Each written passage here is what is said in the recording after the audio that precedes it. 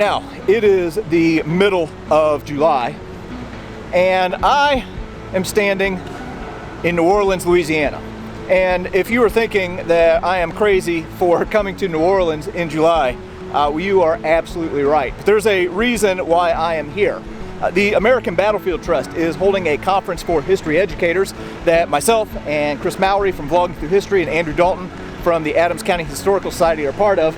And we got some pretty cool things that we are going to be doing today in connection with the American Battlefield Trust event that's being held here.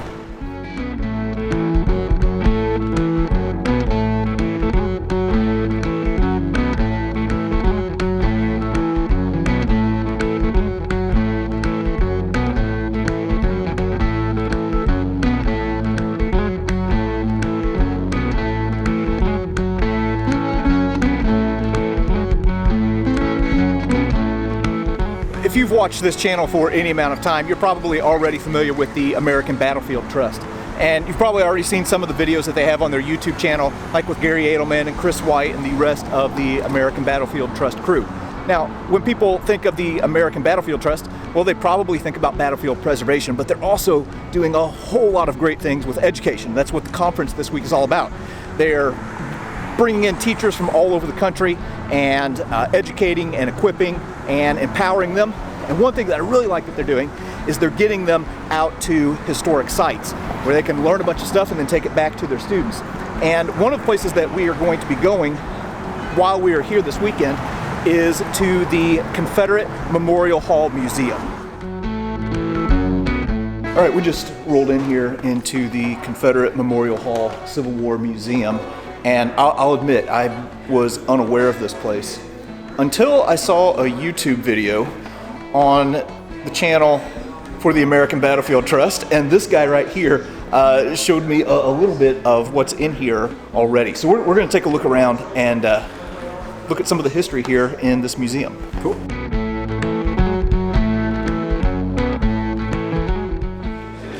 The Civil War and its Reconstruction was difficult, and a lot of veterans were impoverished. Small groups sort of popped up to help the needy. There was a number of different ways to do this, and in the meantime, these groups started collecting sort of artifacts and other things related to the Confederacy. In the meantime, here in New Orleans, there was a lot of Confederate stuff here. Some of the groups started to combine, and there was a library being built next door, and this family was able to build this sort of as like a music hall and as a gathering hall for veterans. And what a better place to start storing all this stuff than in a place like this. And let me tell you, it is good that they preserved so much early on, because just looking around here, I see lithographs and maps, and I'm seeing original Civil War flags. I'm seeing uniforms that are identified to people, sometimes with photos of them wearing that uniform, edged weapons, everything that they carried, the housewives, plateware, hardtack, smoking jackets, comfy slippers, and all of these records all brought together, packed into this place where you can really get a feeling for what the Confederate soldier wore, what was going on in the political realm, and I think it just brings you a little bit closer to those people who are really two-dimensional in the photos we see. And when you walk into the museum and look to the right, well, this is the first display that catches your eye.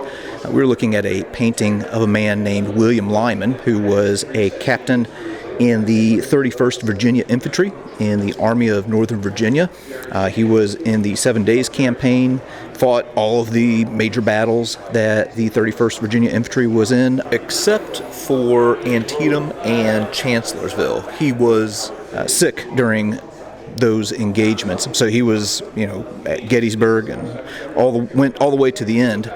And here is his uniform, which is in remarkable condition. I mean, you can see some mothing there, which is to be expected, but this is the uniform that Captain Lyman wore throughout the campaigns of the 31st Virginia Infantry in the Civil War. Now, this uniform was stolen in 1990, but eventually made its way back here. So this man that we are looking at right here is Chatham Roberdeau Wheat. And this painting is him as a younger man. By the time the Civil War rolled around, he looked a little bit different. He stood about 6'4" and was 275 pounds. So it was a mountain of a man at any time, but especially for the Civil War. But when the Civil War kicked up, he ended up commanding a brigade from Louisiana. And the men in that brigade were kind of a rough and tumble bunch, and they ended up getting the nickname the Tiger Rifles. So here we can see Wheat's sword, which is, I mean, it looks like it is ready to do some slicing and dicing. But anyway, his unit ended up becoming known as Wheat's Tigers and later the Louisiana Tigers. So if you're familiar with LSU, their mascot is the tiger. Well, this is where it comes from. He was wounded at First Manassas, was shot through the lung, and that should have been a mortal wound at the time, but he ended up surviving. And there's an English observer at First Manassas that talked about the soldiers from the 1st Louisiana that on one occasion dropped their rifles and went after the enemy with bowie knives. So this was honestly a hard-fighting bunch. So again, Wheat is going to survive his wounds from First Manassas, is going to go on and fight in the Shenandoah Valley and in the 7 Days campaign, but he would end up being killed at Gaines Mill. When you come to this museum, one thing that you'll see a lot of are flags, which are incredibly rare. Here is one for Wheat's battalion, and we were just talking about the Louisiana Tigers. Well, they have the uniform right here of another famous Louisiana Tiger, Harry Hayes. So here we are at the uniform and some of the other items belonging to Harry T. Hayes. You can see his portrait up there, as a matter of fact. But I mean, this dude is in command of a brigade of some of the wildest of Confederates. Maybe the rowdiest, but tough fighters. These are Louisiana Tigers, and he's in charge of them when they are ascending and attacking East Cemetery Hill with some of the greatest successes for the Confederates at Gettysburg, capturing 9 guns before they're finally driven back off the hill after a hand-to-hand fight and reinforcements show up. So again, imagine not only wearing that in July, but imagine trying to fill that out with the actual person. That's why I like coming to places like this. Okay, this museum is absolutely insane. So I started off over there, and I'm only now getting to right here, and I'm skipping a whole lot of cool things along the way. So you have to come to this museum and check out a lot of this for yourself. We are now looking at the uniform of General Joseph R. Davis, who was the nephew of Confederate President Jefferson Davis. So this museum is just filled with all kinds of swords and paintings and all kinds of little artifacts. They also have some things here that are connected to Stonewall Jackson. So for example, right here, this is a uniform piece or a piece of the uniform that was worn by Stonewall Jackson when he was wounded at the Battle of Chancellorsville. Right there in the back, you can see a tent stake that belonged to Jackson, and then they also have a few items that are connected to the commander of the Army of Northern Virginia, Robert E. Lee, including some photos. Here's a hat cord that was donated by his daughter that was on Robert E. Lee's hat. That ANV that you see back there was worn at the funeral of Robert E. Lee. And then, this gold pin has a lock of Robert E. Lee's hair in it. At first I thought that was a salt shaker. And then right here is some of the camp silverware that was used by Robert E. Lee. I mean, it is wild what they have in here. Here's something that is similar to an artifact that we've seen at the Gettysburg Museum of History before. This is a war log. So this is a hunk of tree from the Chickamauga battlefield, which is exceptionally cool to me because I had an ancestor who fought at Chickamauga. And here you can see bits of shrapnel and case shot and everything else that is buried in the bark of this tree. Here's a little bit right here, there's a little bit right there. Yeah, that is awesome. What do you think of this place so far? Oh my gosh, the collection here is out of hand, and what's amazing about it is because it was all donated by veterans, like they know the stories behind it so much, and that's unique here, I think. So this one here, this is one of the few Union items you're going to see anywhere in this museum, and that's because it was captured. So this belonged to the 14th New York Cavalry, which was recruited in Manhattan, and they were sent out here as part of Banks's army sieging Port Hudson. And during a raid, a couple of the companies of this unit were captured, including this piece, this flag, which was held privately by the family of the man who captured it until 2015 when it was finally donated to this museum. Oh, wow.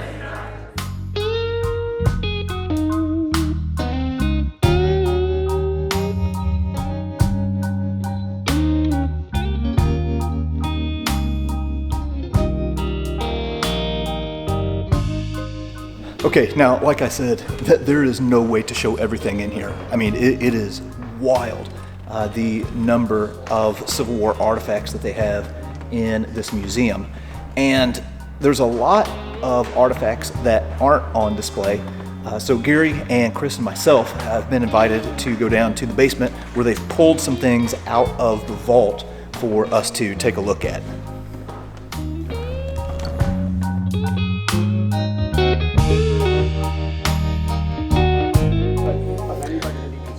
All right, so we just got down here in the basement where they have pulled some artifacts out of the vault, and we are all just geeking out at this stuff right now. So here we are looking at the battle flag of the 15th Louisiana, and here you can see like all of the different engagements that they fought in, including, you know, Cold Harbor, Malvern Hill, Harper's Ferry, Chancellorsville, and then down here Gettysburg, and then they've also brought out a few items that a regular soldier of the Civil War in the Confederate Army would have carried. So, for example, here we have a leather knapsack, and also a canteen and blanket roll. Here we see like a cartridge box and percussion caps and a cap pouch. Now, here is the item that has really captured my attention, and it's this jacket. So this jacket belonged to a guy by the name of Private John Dolan, who was with Company A of the 14th Battalion of Louisiana Sharpshooters, and we have his photo right here. And if you've watched my other videos, you know that I have a soft spot for signed items, like signed flags and different things like that. Well, John Dolan gave us a little bit of personal information on the inside of his jacket. Keep in mind, this was before identity discs or dog tags or anything like that. So here it has his name, and then also tells when he enlisted, August 17th of 1861. Here it tells like the order of battle right here, and it looks like this was maybe written in different ink at different times, because it goes all the way and tells when they surrendered on May 12th of 1865 in Meridian, Mississippi. That is one of the coolest things I've seen in a long time. Also, as far as cool things, we have some personal items of General Harry Hayes. So we have like this pen-pencil combination that is made of 18 karat gold. We have his gold watch that is English made. Another item that I really, really like are Bibles. So here are a few Bibles that were carried by soldiers during the war. This one we don't know who carried it, but this one we do. It's inscribed to an R.N. Thomas, who was with Company I of the 12th Infantry. And I always like Bibles because it makes me think about, you know, what verses did they look up, and, you know, what comfort did it bring them in the war. And then a few other things. Here's an original piece of hardtack, and it looks like it was just made. We've been talking amongst ourselves, asking if we would actually take a bite out of that. We'd probably need to have a dentist on standby, though. And then last thing that I'll show is this diary. And on the pages of this diary, we have the names of the missing and the wounded from this particular outfit. That is absolutely amazing. All right, here we are in Confederate Memorial Hall and Museum in the bowels in collection storage, and I don't know what we're about to see. By the way, there's 3 different cameras on me. Let's see what's in number 16. Oh my God, okay, so I'm seeing a whole lot of canes. I'm seeing the top of flags, sort of finials right here, and mallets, because who can't use enough mallets? What's in number 17? Here we go, looks like a lot of friend. Look at this, like, 2-piece CSA belt plates, which, like, it's rare to see one. Here's a bunch, and here is a U.S. officer's plate with some of the original gelding still on it. Really cool. I'm seeing box plates, other items here. I wonder what is in here, but we're going to have to pass because we're going to try to open up every drawer real quick. In number 18, eyeglasses. It looks like housewives galore. I don't even want to read this. Got a hat pin, some tobacco is probably still in there. Wow, okay, and some cool purses and whatnot, and whatnot. Okay, here we go. We're coming up to number 19. We're going to skip that one. Okay, we're going to go to number 20. Oh, man, okay, so I'm seeing, is this stuff? This is Winnie Davis's, Jefferson Davis's daughter's stuff. I'm seeing her sort of a rosary there. This one says diary on it right there. Some of the letterhead, and of course the china and tea set, a little guitar or a stringed instrument there, and God, the umbrella, somehow that brings up, just, you can imagine her opening it and using it here. And this, I believe, is some Jefferson Davis stuff. Yes, didn't they used to call him baby feet or something like that? Are these his shoes right here? I'm getting confirmation that they are. Just kidding about the baby feet, but this is my favorite piece here. It's in plastic, so I assume I'm able to pick it up. This is his hair. And this is just, I never expected it to be this color. He is straight up blonde. And that is a nice size shock of his hair as well. Let me put that back down here. I would love to be able to open up all this other stuff, but we're trying to do all of these in one video. We've got 2 drawers left. I have no doubt there's more treasures. So we've got some belts, some statues. Looks like a log cabin. I mean, it is an Illinois boy. I like that. Some silver spoons. And lastly for now, and this is just in one set of drawers, more covered stuff. And that's going to have to remain open to our imagination. I can't stress enough how much cool stuff they have here. All right, here we are checking out more in Confederate Memorial Hall in collection storage. Here, starting with maybe my favorite item, John Bell Hood's actual teapot. Now, look at the size of this thing. It could stop a bullet, I imagine, at least if one part didn't stop it, the other could. Yes, I've lifted the top off. Yes, I've smelled inside. You know what it smells like? It smells like copper that has been soaked in water for a while. Here we go. First drawer. Looks like I'm seeing some various cap and cartridge boxes. This looks almost like a double-barrel shotgun going on there with the actual stock missing here. I'm not sure. It looks like a finial of some sort. Let's keep moving. I saw some other horse bits and pieces and whatnot. Oh yeah, we got some edged weapons going on here. This, I think I remember the story. Here are swords from a sword factory that were never fully outfitted with the hilts, some in better shape than others. I'm seeing smaller weapons, a little bit of a curved saber going on here, and some scabbards. Looks really cool as well. Let's keep moving. Scabbard's going to keep you safe, of course, so you're not stabbing yourself and others. Looks like we have some handheld firearms here. I'm seeing a Colt, a Smith & Wesson, an Allen & Wheelock, all sorts of other ones, plus a few specialized projectiles. Look at this, a sort of pocket holdout right here, man. You could put that in a very small pocket there. Let's see what else we got going here. It's the canteen drawer and the stirrup drawer here. Look, some with writing on them right here. A lot of writings in French too. Yeah, oh my God, oui.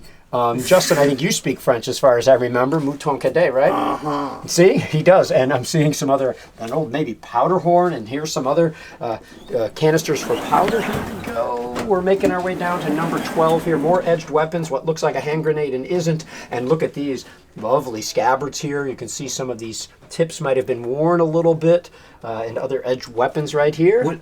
Do we know what that is? What's this hand grenade looking thing here? It's got a cap. It's like a powder. It's a powder horn. Okay, it is a powder horn. Cool. I was hoping it was the holy hand grenade from Monty Python. The holy hand grenade of what? The holy hand grenade. Antioch. Boom. And you call its number on what? What do you count to? 3. 3. 5.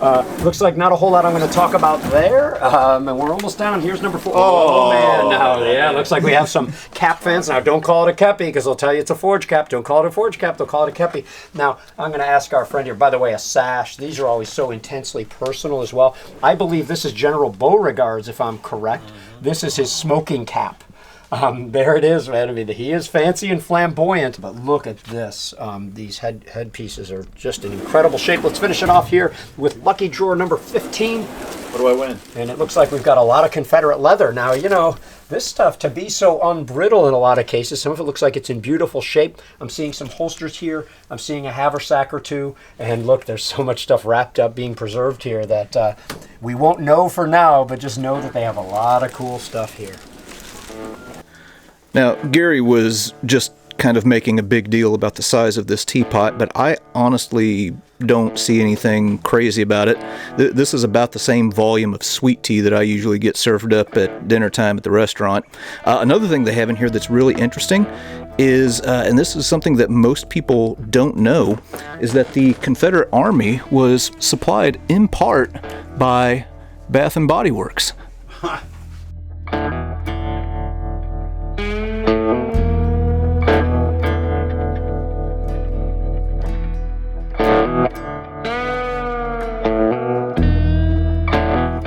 Here's an interesting story that is connected to a man who was a New Orleans resident by the name of William Mumford.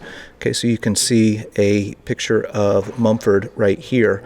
And the story was the U.S. Navy, as they were approaching New Orleans on the 25th of April in 1862, were getting ready to occupy the city of New Orleans, but they hadn't occupied it yet. Well, on the 26th, some U.S. Marines came ashore and went to the customs house and mint and tore down the Confederate flag and put up a United States flag. Well, locals weren't too keen on that, so they went and tore it down, and this guy William Mumford was one of them who tore down the flag. Well, when Benjamin Butler, Union general who oversaw operations here, got wind of it, well, he said that Mumford was to be arrested and then hanged in front of the mint where the flag was taken down. They ended up leaving his body just hanging there all day as kind of a sign. Butler was not exactly a very popular guy around here. And this right here is a piece of that flag that Mumford tore down. And then right here is a piece of the rope that was used to hang William Mumford. Now this case is pretty wild. Let's just walk up here and take a look at these uniforms, which in my opinion might be the showpiece of the museum. So this is the uniform of a Confederate general by the name of Daniel Adams, but there are a couple that I really want to focus on, like this one here. This is the frock coat that was worn by PGT Beauregard. So here they have a photo of PGT Beauregard. So Beauregard was there right at the beginning at the Battle of Fort Sumter. Here they also have a few other items that belong to Beauregard. Here is his kepi. They also have his epaulets and his sash in here. Here to the left of the uniform is Beauregard's walking stick, and then to the right is his sword and scabbard, and then they've also got his spurs right back there. And then if we go over here to this side, well, on the right here, this is the uniform of General Franklin Gardner, and they have some of his items in here as well. But again, the one I want to focus on a little bit more is a general that you might be a bit more familiar with. This is the uniform and artifacts of General Braxton Bragg. So Braxton Bragg commanded the Confederate Army of Tennessee, was at Chattanooga and Chickamauga. Probably not the best general that the Confederates had, maybe just a little bit average. This is really cool to me because my ancestor would have been at the battles where he was commanding, but he was on the Union side with the 26th Illinois. But they also, back here, have his spurs. Here is his telescope. Also here is the Bible that was carried by Braxton Bragg, and again his sword. Yeah, this is something else.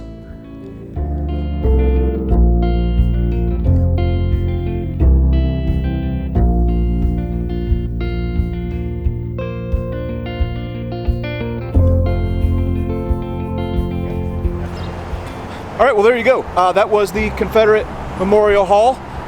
Pretty amazing. Chris, what'd you think?